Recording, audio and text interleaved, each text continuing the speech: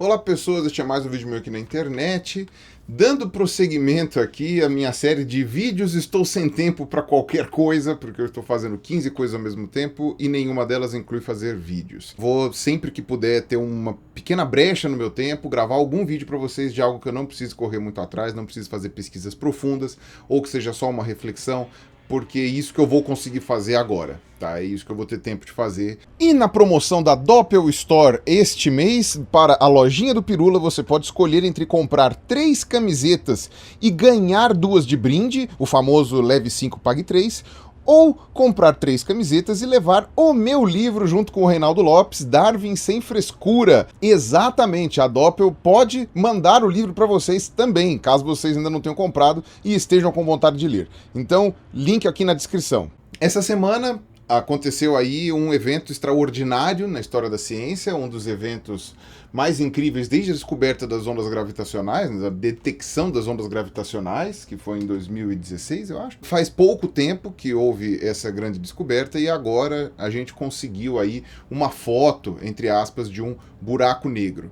Ele era deduzido, o buraco negro, mas ninguém nem tinha como ter certeza de que eles existiam, pelo menos até pouco tempo atrás. Obviamente que já faz algum certo tempo que as pessoas, né, os cientistas já não estão mais discutindo isso. Agora, finalmente, foi possível fotografar, entre aspas, um buraco negro. É difícil fotografar o buraco negro porque, tecnicamente, não há luz nele, mas existe ali o campo de atração dele, que atrai, inclusive, alguma coisa de luz, mas, basicamente, o que aconteceu, pelo que eu entendi, é que não foi uma foto propriamente dita de um buraco negro, foi, na verdade, uma tradução de ondas de rádio. Ondas de rádio foram usadas para detectar esse buraco negro e, graças a isso, né, eles conseguiram reconstruir uma imagem através dessas ondas de rádio. Ondas de rádio não são visuais, mas a gente consegue aí fazer uma tradução através de uma menina lá. Foi ela que fez o algoritmo que gerou essa imagem, tá? Ela que conseguiu.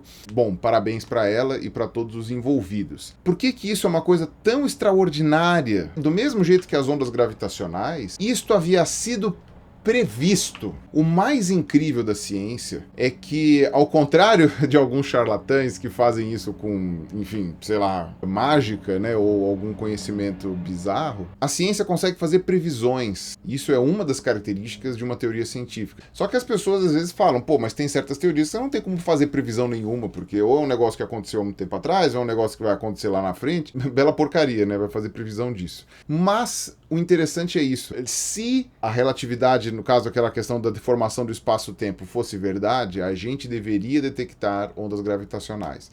E se tudo isso fosse verdade, e aí todas as outras equações lá e etc., a gente deveria enxergar um buraco negro desta forma, né? Ele deveria ser um lugar completamente escuro, porém com um horizonte de eventos ali ao redor. Eu assisti vários vídeos sobre esse assunto, tá, gente? Eu não vou me aprofundar sobre essa questão do buraco negro, porque o assunto que eu quero debater nesse vídeo é outro. Mas eu não quero me aprofundar nessa história, porque eu não sou físico, vou falar um monte de bobagens, e um monte de gente já fez vídeos muito bons sobre isso. Sérgio Sacani fez uma live durante o evento lá, que era onde eles iam mostrar a imagem, e você teve também o Pedro Loz, do Ciência Todo Dia, que fez também um vídeo, você teve o Caio Gomes, que fez um vídeo explicando como a coisa foi feita, então eu vou deixar linkado aqui embaixo o vídeo de todos eles, e eles vão saber explicar muito melhor o que aconteceu. Mas eu sei que era previsto, inclusive o Caio fala que o filme Interestelar foi o que mais chegou próximo de uma imagem do que seria um buraco negro, porque obviamente houve uma consultoria física gigantesca lá, junto com o pessoal de arte e tal, e meio que era isso que faltava talvez. E bom, o pessoal estava certo. Isso é uma coisa muito extraordinária, porque eu lembro de ter lido sobre os astrônomos do século XIX, XVIII, etc., que eles previam a existência de planetas sem que os telescópios tivessem a capacidade de enxergar esses planetas. Simplesmente por uma questão de sombra, de deformação na órbita. São coisas tão extraordinárias, mas tão extraordinárias, que a pessoa consegue chegar num grau de detalhamento do conhecimento dela, né? No caso, detalhamento do céu ou detalhamento de qualquer outra coisa que seja, que ela esteja lá das contas, das equações, etc., que ela consegue fazer uma previsão baseada simplesmente em cálculo e em observação. Isto é uma coisa tão incrível, mas tão incrível. Eu não sei se vocês conseguem ter a sensação de maravilhamento que eu tenho com relação a isso. Com a evolução de Darwin foi a mesma coisa. O Wallace, junto com Darwin, descobriram um mecanismo de seleção natural. E você já tinha a ideia de transformismo, né, no caso de uma espécie se transformando em outra, nos livros, tal. Isso vem até desde antes do Lamarck. Só que o Darwin fez uma proposta, que era algo que o Lamarck tinha feito de uma maneira meio incompleta, que era que todos os seres vivos possuíam um ancestral em comum. E o Darwin falou, ele disse assim, se a minha ideia estiver correta, as pessoas devem encontrar os fósseis com características intermediárias em camadas com uma idade correspondente. Quando a gente começou a encontrar os fósseis exatamente onde eles deveriam estar e com a idade, né, porque naquela época o Darwin, eles não sabiam direito como calcular a idade da Terra, né? Você tinha tido o Lord Kelvin, que tinha tentado fazer um cálculo ali baseado no resfriamento, né, mas ele não contava com a questão do decaimento radioativo e tal. Depois que a gente conseguiu ter certeza da idade da Terra, a gente começou a fazer essas datações em várias partes dos estratos de idades diferentes, né, e a gente chegou à conclusão de que todos esses fósseis estão exatamente onde eles deveriam estar caso a evolução fosse verdadeira, como eu já tenho explicado exaustivamente na minha série sobre dinossauros, porque é um ótimo exemplo, que é bastante visual, é um tipo de bicho que as pessoas gostam muito, então é uma maneira muito fácil de demonstrar a evolução. Ou seja, a evolução fez uma previsão, o Darwin não tinha como saber, o Wallace não tinha como saber. Esse tipo de descoberta, elas foram extraordinárias, porque elas mostraram que as pessoas que propuseram estavam tão por dentro dos assuntos que elas estudavam, estavam tão debruçadas naquilo que elas sabiam, que elas conseguiram fazer uma previsão daquilo. E às vezes, obviamente, não envolve só um pesquisador ou dois, envolve uma equipe gigantesca de trabalho, às vezes no mundo inteiro. Mas o mais interessante é isso, é que a gente consegue fazer previsões, né? A ciência consegue ser preditiva, mesmo com ideias consideradas absurdamente, digamos assim, pouco palpáveis, porque são coisas que ultrapassam muito o nosso tipo de compreensão mundana, assim como, por exemplo, malha do espaço-tempo, a radiação de fundo, que é aquela que vem desde a época do Big Bang. São coisas que beiram até a metafísica, né? E aí eu estou fazendo a afirmação de metafísica não no sentido de sobrenatural, mas de metafísica no sentido que foi proposto mesmo pelos filósofos da ciência. Mesmo essas coisas tão difíceis de entender estão corretas porque você faz uma previsão e essa previsão se confirma, né? Você consegue testar a hipótese, né? Que é o princípio da falsibilidade do Popper, então dá para você testar inclusive esse tipo de hipótese. Isto é uma coisa extraordinária, fantástica, e é uma coisa que, me desculpa, eu não conheço nenhum outro tipo de método de pensamento, de trabalho, que a humanidade já tenha desenvolvido na história da sua existência que se iguale a isso. Só a ciência fez isso. Só o método científico fez isso. Ainda que as teorias científicas sobre o que é ciência ou não, qual é o método ou não, tenham, digamos assim, mudado muito no decorrer desses séculos, mas desde a época do Isaac Newton, que os cientistas estão meio que instintivamente fazendo a mesma coisa do mesmo jeito e, portanto, submetendo a teste suas ideias e vendo se elas estão mais próximas da verdade ou não, ou se elas são falsas. Como eu falei no Ilha de Barbados, a ciência ela é muito boa em dizer o que não é verdade. O que é verdade, a gente simplesmente chega na aproximação maior daquilo que a gente tem, né? Então a melhor explicação que a gente tem até agora é essa, e a gente sabe que essa é a melhor explicação quando ela faz uma previsão extraordinária dessas, que nem foi essa questão do buraco negro. E aí você vai falar, pô, Pirula, você acabou de gastar aí, pelo meu timer são 12 minutos, com a edição vai dar uns 8 mais ou menos, mas você acabou de gastar 8 minutos da minha vida para falar uma coisa extraordinária, incrível, e você disse que isso não é o tema do seu vídeo. Não é. O tema do meu vídeo, na verdade, eu vou citar o Interestelar também, o filme, né? Eu já falei do buraco negro, vou falar dele de novo. O tema do meu vídeo é sobre a compreensão que as pessoas têm da ciência, o público leigo.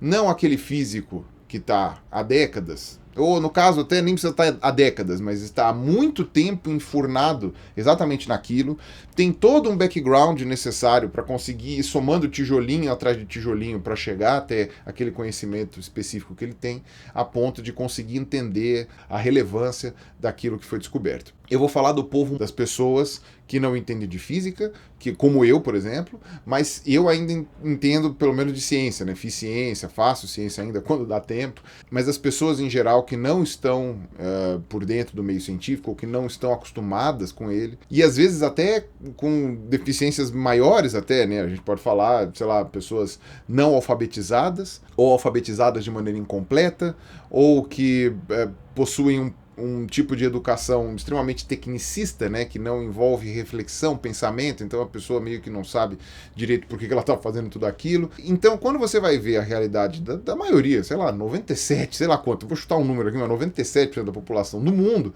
o quanto que elas têm a capacidade de entender isso que está acontecendo, como que a ciência conseguiu fazer um feito tão extraordinário, que não vai mudar em muita coisa a vida delas, pelo menos não imediatamente, né, como eu já falei mais de uma vez, pode ser que a descoberta desse tipo de coisa, mostrando que está certo, né, a questão do buraco negro, desenvolva, sei lá, métodos de viagem extraordinário, não sei, tipo, que tecnologia que a gente pode desenvolver indiretamente a partir dessas descobertas. O que imediatamente vai acontecer é nada, é só essa sensação de maravilhamento que eu estou tendo e acredito que vocês que estão assistindo meu canal também estejam. Caso contrário, não teriam clicado nesse vídeo. Esse tipo de compreensão que as pessoas têm da ciência é que torna o trabalho do divulgador científico tão complicado e ao mesmo tempo tão gratificante quando consegue algum sucesso. Eu queria que vocês lembrassem de uma cena do Interestelar. Para quem não viu o filme, não se preocupe, isso não é um spoiler tão grande assim que vai estragar a graça do filme. Se você quiser saber uma interpretação muito boa desse filme, com spoiler tudo, mas é engraçadíssima,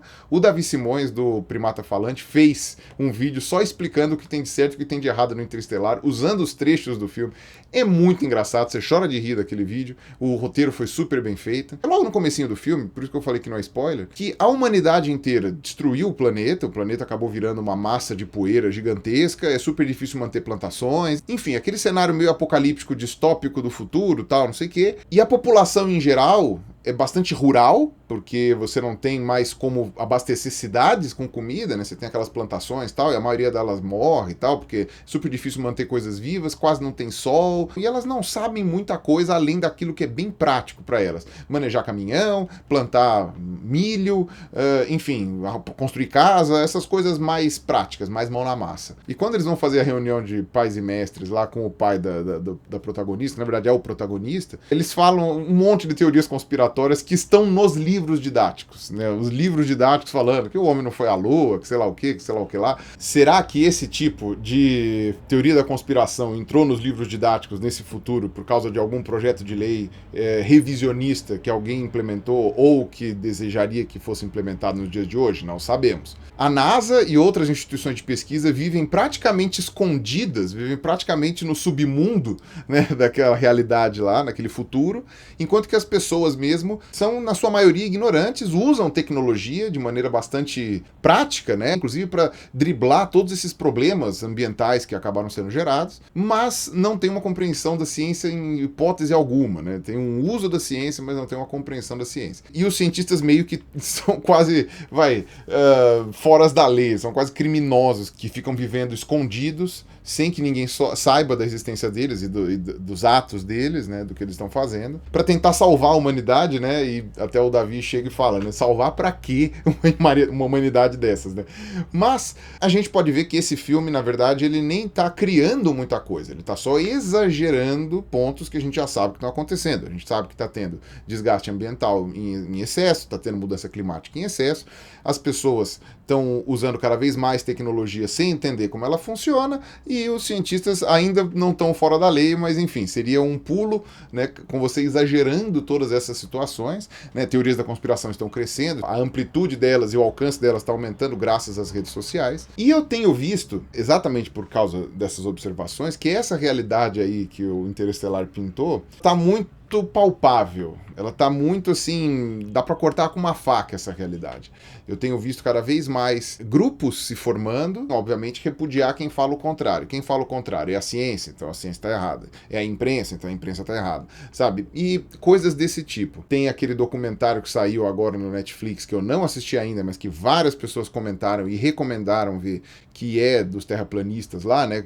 Eles acompanham a saga dos terraplanistas tentando provar que a Terra é plana, e eles acabam provando que a Terra é redonda e não se convencem com as próprias provas, tal, não sei o quê. Por quê? Porque a ideia deles não é estes são os dados, que conclusão tiramos deles, que é exatamente o que a ciência faz. A ideia deles é esta é a conclusão, que dados podemos retirar para respaldá-la. Então, quando os dados não corroboram a conclusão que eles queriam, eles jogam fora os dados. Dizem que é um documentário muito bom, quem recomendou que eu assistisse foi o Sérgio Sacani. Quem fez um vídeo comentando sobre esse documentário foi o Leon Ianilce, no Cadê a Chave. Tem uma matéria do El País, eu vou deixar linkado aqui embaixo. O nome da matéria é o seguinte: Você não pode convencer um terraplanista e isso deveria te preocupar. No caso, você não pode convencer o terraplanista de que ele está errado em seu terraplanismo. A matéria está com o título encurtado aí, mas acredito que não é convencer um terraplanista, sei lá, que o meu cabelo faz cachinhos. E a questão é, há vários mecanismos psicológicos envolvidos nisso, aparentemente alguns são discutidos nesse documentário, que eu não assisti, que é o pertencimento a um grupo,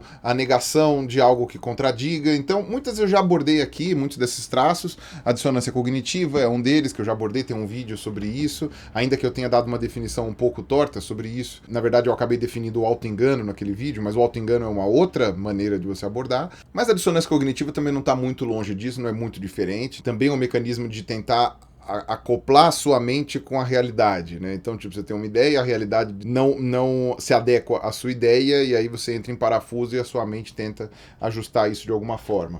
A questão do pertencimento de grupo também é muito importante, né? A gente sabe de grupos que não aceitam, por exemplo, pessoas dissidentes, pessoas que saiam desse grupo. E quando esse grupo acaba gerando características como dos conspiracionistas em geral, não só os terraplanistas, né, mas também às vezes algumas seitas ou mesmo grupos políticos, tal, essa ideia do que eles chamam aqui de narcisismo coletivo, né? Ou seja, nós somos os heróis, nós estamos aí para mudar o mundo, para falar a verdade, e todos os outros são os errados, são os ignorantes. E são os Maria vai com as outras, por quê? Porque acreditam na ciência, acreditam na imprensa, acreditam não sei aonde e tal. Então, esses são os trouxas, enquanto nós somos os verdadeiros, nós somos os corretos, nós somos aqueles que estão mais por dentro, né, da realidade, da verdade, né, que precisa ser revelada e tal. Então, toda a teoria da conspiração passa por isso. Eu já fiz um vídeo explicando sobre, inclusive usei o terraplanismo como exemplo, né, sobre teorias da conspiração. É um dos meus vídeos mais vistos do canal e particularmente é um dos que eu mais gosto. Um excesso de pareidolia, né, mas seria uma pareidolia que ultrapassasse a questão visual, né? Pareidolia, vocês sabem o que é, né? O Carl Sagan explicava sobre isso. É tipo você enxergar um rosto numa nuvem, certo? A gente tem padrões do nosso cérebro que foram inclusive muito importantes para a nossa sobrevivência na nossa época de caçador-coletor lá na savana africana, que é a gente conseguir reconhecer faces de maneira automática. Tá? Isso é muito bom para você conseguir achar outras pessoas do seu grupo, para ver se tem alguém escondido ali no meio da floresta, para ver se tem algum bicho escondido no meio da floresta, né? Um leopardo, um tigre, sabe? Porque você vê aquela conformação de dois olhos, nariz, boca, tal, não precisa necessariamente ser humano, mas você tem a tendência de enxergar isso. Né? Então isso foi muito útil, foi selecionado positivamente, mas acaba gerando um problema. É você enxergar a cara de um cachorro numa tábua de madeira, por exemplo, né, que ficou bastante conhecido. É você enxergar aquelas aparições de Nossa Senhora no produto químico que limpou o vidro, né, fez uma mancha, aquela mancha fez parecer Nossa Senhora. Sabe, esse tipo de coisa, né, é chamado de pareidolia. E você pode ter uma pareidolia conceitual, digamos assim, que não é apenas visual, que é aquela de achar que há um sentido por trás de tudo que está acontecendo e que esse sentido é muito maior, muito mais complexo, tem a ver com não sei o quê, e estão te escondendo a verdade. Seria mais ou menos isso, tipo, se aconteceu a descoberta do buraco negro, é porque, então, não é um buraco negro, é outra coisa, porque, enfim, aquilo lá, na verdade, quer dizer a confirmação de que os reptilianos, pipipi, popó, e vira uma outra coisa. Porque nunca pode ser aquilo que as pessoas estão dizendo que é. Estão sempre tentando te enganar. Tem até uma questão persecutória aí, meio paranoica. É sempre o contrário. E você sempre vai arrumar um jeito de enxergar o que não tá lá. De ver a cara do cachorro na tábua de madeira. Você vai tentar arrumar um jeito de fazer isso porque é o modus operandi que a sua cabeça formou. E o espírito de grupo, várias pessoas falando de teoria da conspiração e pensando dessa maneira, facilita as coisas. Esses traços psicológicos são os que tornam tão difícil de você conseguir fazer com que uma pessoa que pense dessa maneira mude de ideia. Entre aspas, você tem que arrancar ela do meio onde ela está, tecnicamente, e elas já são meio outsiders, pelo que o pessoal estava falando aí, né? Já são pessoas meio fora da casinha e que sempre se sentiram muito sozinhas do mundo e elas se juntaram e, graças às redes sociais, agora não precisam se juntar fisicamente, né? Elas podem estar uma aqui, uma no Japão, uma na Tailândia, sabe? Você consegue fazer esse tipo de coisa. Uma das coisas que a rede social fez foi isso, né? Facilitar a maneira de encontrar pessoas que pensem parecido com você, por mais bizarro que você seja. A vontade que dá é jogar a toalha. Tipo assim, não vamos vencer. É uma batalha perdida, a gente não vai conseguir convencer as pessoas de que elas acreditam em teorias da conspiração, elas vão continuar achando isso e agora elas têm poder, porque elas conseguem se juntar, conseguem ganhar dinheiro, conseguem vender curso, conseguem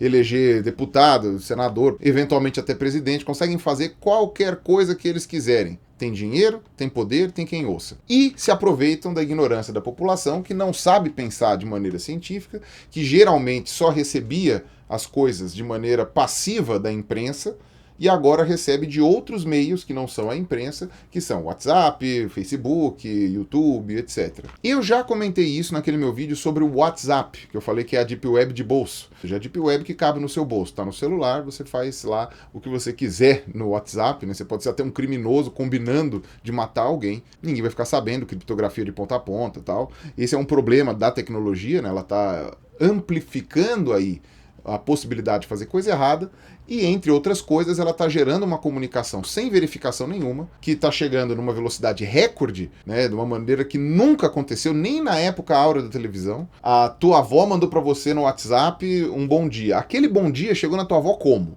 Ela não tem o banco de bom dias que ela manda. É porque provavelmente um outro grupo mandou que fez não sei o quê. Você que acorda 8 horas da manhã, a tua avó acorda às 6, 5 e meia. Em 2 horas, aquela mensagem já deve ter chegado em, sei lá, 14 milhões de pessoas. A gente não tem como fazer um cálculo disso, mas eu imagino que seja uma coisa assustadoramente gigantesca. Tanto é que você acaba recebendo as coisas mais de uma vez por vias diferentes, né? Agora teve esse meme aí do seu Armando e tal. Cara, eu recebi isso daí várias vezes por pessoas diferentes.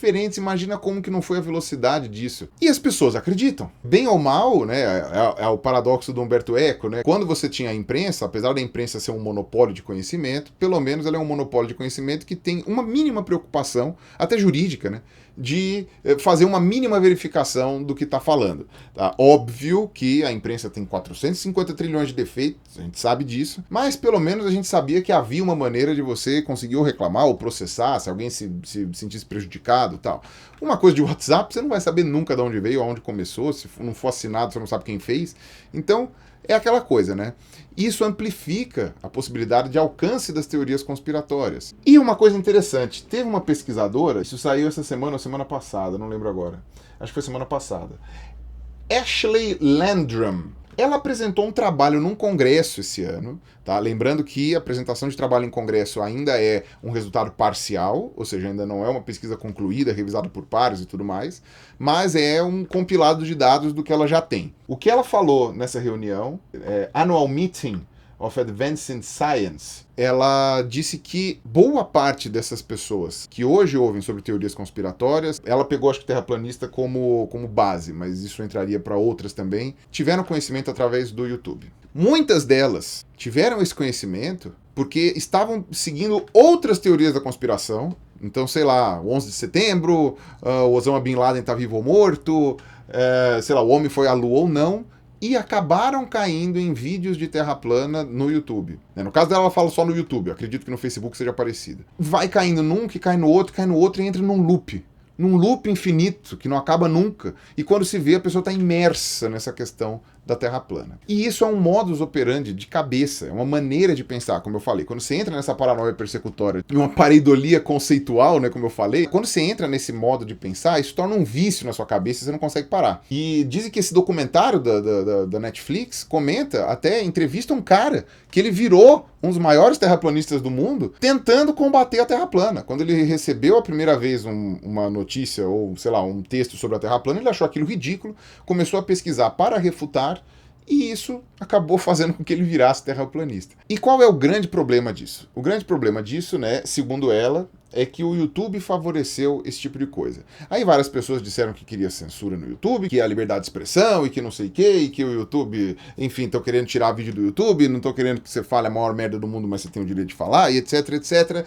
Entra aí numa discussão sobre liberdade de expressão. Ainda essa semana teve aí essa questão do Danilo Gentili, que eu não vou comentar agora, não porque eu não acho relevante, mas porque eu não vou ter tempo de comentar, então, enfim, vai ficar para uma próxima, se rolar. Mas quando você vai ver, ela não diz retirar vídeo do YouTube, o que o problema são as pessoas subirem o vídeo no YouTube. O problema é o algoritmo de recomendações, que faz com que você saia de um pro outro, e quando você vê, está nadando na merda e achando lindo. Isso eu tinha comentado em novembro de 2016, num vídeo intitulado O Algoritmo Maldito, em que eu falo que o algoritmo do YouTube e o sistema de recomendações que o YouTube tinha era maléfico. Então, a questão não é você poder subir ou não o vídeo. A questão é você estar gerando uma nuvem de interesse por aquele vídeo, baseado única e exclusivamente em alguns parâmetros, e isso está levando as pessoas para fossas abertas dentro da internet. Pelo simples fato de que as pessoas, às vezes, gostam de buscar coisas bizarras,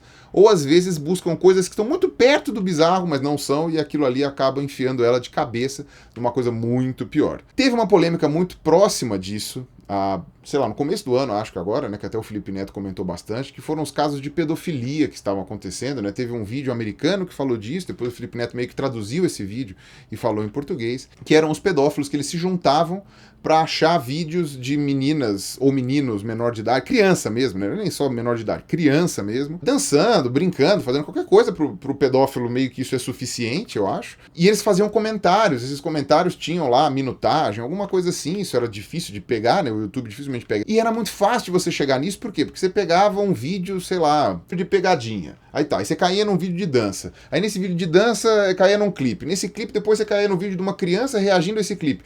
E depois, quando você via, você estava enfurnado num monte de vídeos de crianças fazendo coisas inocentes, mas sendo assistidas por um monte de pedófilo vagabundo. O que acontece? O YouTube precisou tomar medidas drásticas com relação a isso, só que o cerne do problema é o mesmo. O que facilita a vida desses pedófilos montarem essas redes para acharem os vídeos de crianças fazendo coisas, muitas vezes não são canais grandes, né? É um canal caseiro, né? A pessoa tem 3 inscritos, montou o vídeo lá com a filha dela dançando, com o filho dele dançando, e, enfim, o pedófilo foi lá e achou. É exatamente o mesmo com relação às teorias conspiratórias. É o algoritmo e a maneira de fazer essa recomendação. Inevitavelmente, pegando vídeos de ciência, em algum momento você cai em vídeos de pseudociência que faz você cair e rolar ladeira abaixo. Então você vai ver o vídeo do Sérgio Sacani sobre o buraco negro, depois você já cai num outro vídeo que conta, sei lá, do filme do Stephen Hawking no cinema, depois você cai num outro vídeo de um outro canal falando sobre, sei lá,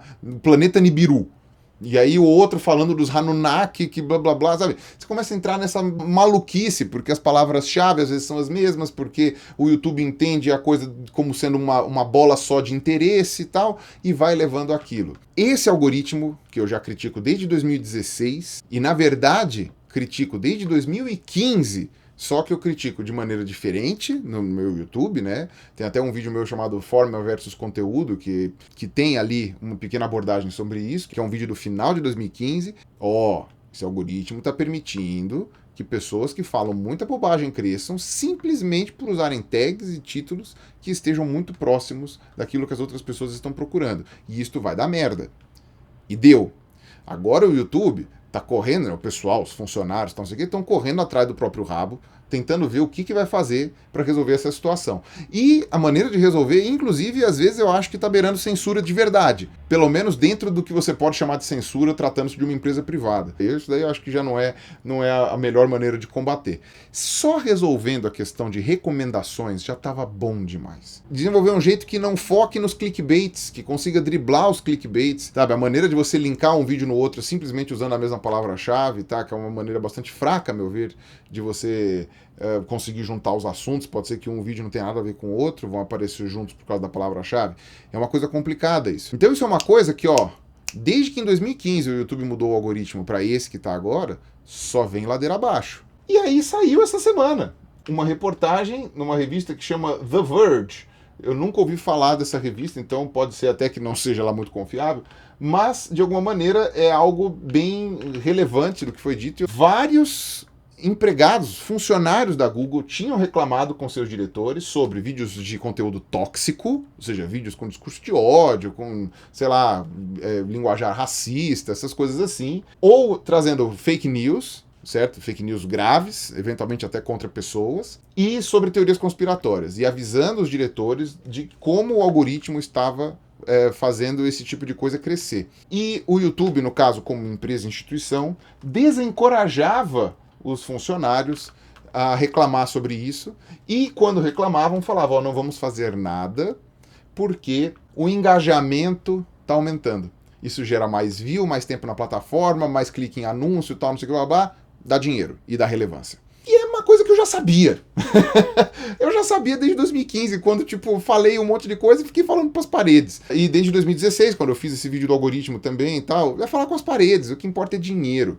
O YouTube faz toda essa pegada desconstruidona, mas no fundo é uma empresa que quer ganhar dinheiro, então é meio que é um prêmio de compensação, Você é negro e tem um canal no YouTube de conteúdo voltado pro público negro, e o YouTube te chama para participar de evento, o YouTube vai lá e te dá um monte de prêmios e às vezes até te dá um next up, alguma coisa assim.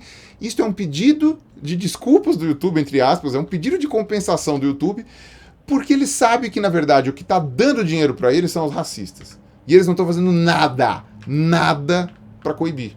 Nada, não fizeram nada para coibir. Muito pelo contrário, ganharam no engajamento, ganharam nos cliques, ganharam nos anúncios. Tá bom, vai. O que a gente pode fazer para melhorar isso? Fazer com que o discurso deles não chegue em tantas pessoas? Não, isso a gente não pode fazer porque a gente vai perder dinheiro. Então a gente vai fazer o quê? A gente dá um prêmio aqui de consolação para essa youtuber negra aqui, pronto, acabou. É isso. Desculpa, gente, a verdade dói. É isso. Sabe, tipo, eu tô me arriscando até falando uma coisa dessas que eu posso me ferrar, mas a verdade é essa. Só que esse ano a coisa mudou. Depois dessa questão dos pedófilos aí, bateu na bunda ali a água. E agora, com a revelação dessa menina e desses ex-funcionários agora que estão falando que foram desincentivados a tentar fazer alguma coisa por causa da questão do algoritmo, isso vai cair como uma bomba em cima do YouTube, já tá caindo de alguma forma, né? Talvez demore um pouco mais pra ter... Não vai ser tipo um adapocalipse que nem aconteceu 2 anos atrás. Como o YouTube não vazou dado nenhum de ninguém, né? Não vai dar pra esperar que aconteça a mesma coisa que aconteceu com o Zuckerberg. Mas o YouTube é responsável, sim, por esse tipo de crescimento. Não porque as pessoas postaram os vídeos, as pessoas têm todo o direito de postar os vídeos, mas porque o mecanismo de recomendação desses vídeos aumenta o alcance deles, faz com que eles sejam mais vistos. Não necessariamente porque as pessoas estão procurando por eles, sabe? Porque a lógica seria essa, né? Tipo, muitas pessoas estão procurando sobre terraplanismo, por isso que o terraplanismo faz sucesso. Não necessariamente. As pessoas às vezes estão procurando temas que não são terraplanistas, mas que o YouTube entende que são correlatos, e ele indica esses vídeos de terraplanismo e as pessoas acabam vendo. E obviamente usando o terraplanismo como exemplo, mas você tem vários outros. Então esse é que é o grande problema, você gera essa espiral aí infinita, que acaba facilitando um futuro que nem o do Interestelar, que infelizmente eu já estou começando a achar que vai ser isso mesmo. Isso acaba entrando na questão do buraco negro novamente, em que cientistas estão trabalhando para fazer coisas extraordinárias e para descobrir coisas extraordinárias que só foram possíveis de ser descobertas porque eles estão testando hipóteses que já foram delineadas antes, construíram tecnologias justamente para conseguir testar essas hipóteses, enquanto o público em geral está compartilhando, sei lá, o ódio do seu Armando, né? E ainda que o ódio do seu Armando seja a coisa mais light possível, nesse sentido, né? Então, quando você pensa nisso, a vontade que dá é de desistir. Dá um desânimo muito grande. E eu vi esses dias um vídeo do Caio Gomes, né, reclamando, né, que ele não sabe o que fazer, e a sensação de desesperança é essa mesma. O que eu vou fazer? O que a gente pode fazer? Porque você tem mecanismos psicológicos que fazem a pessoa se prender numa determinada bolha. Esses mecanismos são muito difíceis de furar. As bolhas estão aumentando por causa do algoritmo e ele está facilitando com que as pessoas entrem de cabeça nisso e nadem de braçada. Então isso é quase como cocaína. E uma coisa que o próprio Caio Gomes já tinha me falado, que é interessante, né? Ele falou isso daí naquela entrevista que a gente fez com ele no Blablalogia, há uns 2 anos atrás também. Vou deixar linkado aqui embaixo, ou em algum lugar se ainda tiver espaço para card. Em que ele fala que um dos responsáveis por isso, um dos grupos responsáveis por isso são os acadêmicos, né? São os cientistas. Isso é uma coisa que a própria Nilce e o Leon também falaram no vídeo deles. A gente ficou enfurnado na Torre de Marfim por muito tempo, e o conhecimento científico, ele era jogado na população como um conhecimento pronto. E a autoridade fazia com que as pessoas aceitassem. O cientista deve saber o que está falando. Não havia uma explicação maior. Por que as pessoas estão questionando o formato da Terra? Não é só porque você tem todos esses mecanismos aí psicológicos e de algoritmo e tal. Elas estão questionando o formato da Terra porque durante a fase de escola delas, ou mesmo em casa, elas nunca aprenderam como que a gente sabe que a Terra é redonda. Certo? E os professores, como eles nunca tiveram esse tipo de questionamento, até provavelmente, sei lá, 2 anos atrás, eles não têm a menor ideia de como explicar isso. Uma coisa que a Nilce comentou também, e que aí eu vou falar que, sei lá, não tem solução, coisas muito complexas, você não vai ter como simplificar sem que a pessoa suba degrau por degrau. Você não tem como pular do primeiro degrau para o último. É degrau por degrau. Se você não passou por todos aqueles outros degraus que estão lá para trás, você não chegou no último. Você não tem como chegar no último. Então, às vezes, tem vários conhecimentos que a gente precisa passar grau por grau para a pessoa conseguir entender lá para frente. Certo? Você não consegue explicar, por exemplo, a minha mãe, ela estudou naquele sistema que era quando o ensino médio era dividido em 3, né? Que era o normal, o científico e o clássico, né? Se não me engano. Que um era ciências humanas, um era ciências exatas e o outro era para quem queria ser professor. E geralmente mulher era o que queria ser professor, era o que chamava de magistério, né? Que você já podia dar aula depois disso. E a minha mãe não teve praticamente aula de ciências exatas. Eu acho que ela teve só no ensino fundamental. Então ela não sabe quase nada de física, quase nada de química. Ela não sabe o que é uma partícula, não sabe como é composto o átomo, não sabe que o elemento químico, o nome dele é por causa da quantidade de prótons que ele tem no núcleo, balancear a equação, que são coisas que eu aprendi no meu ensino médio, não quer dizer que eu lembre de tudo hoje, mas eu aprendi no meu ensino médio, que a minha mãe não teve. E hoje, se você for explicar para ela o negócio do buraco negro, provavelmente vai ser um trabalho muito hercúleo, não que eu não vá me dedicar a isso, mas é uma coisa difícil, porque falta um background ali. Como que você espera que isso aconteça numa população, em grande maioria, que às vezes até é pouco alfabetizada? E a minha mãe é alfabetizadíssima, uma leitora assídua, uma pessoa cultíssima, mas não nessas áreas. Como que você vai conseguir explicar isso para as pessoas? Então é muito mais fácil dar uma resposta simples. Enfim, uma resposta ali que contemple as vontades, complete essa pareidolia conceitual aí. E aí você teria que ter um trabalho hercúleo de ensinar essas pessoas. Só que ensinar essas pessoas requer que elas queiram aprender. E a gente sabe que tem mecanismos que fazem com que elas não queiram. Elas já estão satisfeitas com o que elas têm. Elas não sabem que elas precisam saber mais para não serem enganadas. E para completar, você ainda tem a dificuldade de arrancar elas desse meio quando elas já estão lá. E isso, eu costumo comparar que é que nem um videogame. Quando o videogame é muito fácil, tipo muito simples, você não tem nem vontade de jogar. Tipo, passei de fase. Putz, cara, que jogo bunda, sabe? Tipo, você perde até o interesse. Quando ele é muito difícil, mas muito difícil mesmo, você fica tão frustrado que você desiste. Você chega e fala, cara, é impossível passar dessa fase, eu vou morrer de qualquer jeito. Já tentei 12 dias seguidos no mesmo lugar, tal, já olhei tutorial na internet, já vi, isso aqui, não deu. Ah, então acabou, sabe? Desisto dessa porra desse jogo, tô com raiva dele. É a mesma coisa, tá? Quando a missão, a batalha é difícil demais e você tá vendo ali que a chance de vitória tende a zero em vários aspectos, em vários nuances, certo? A vontade que dá é tipo assim, ó, quer saber?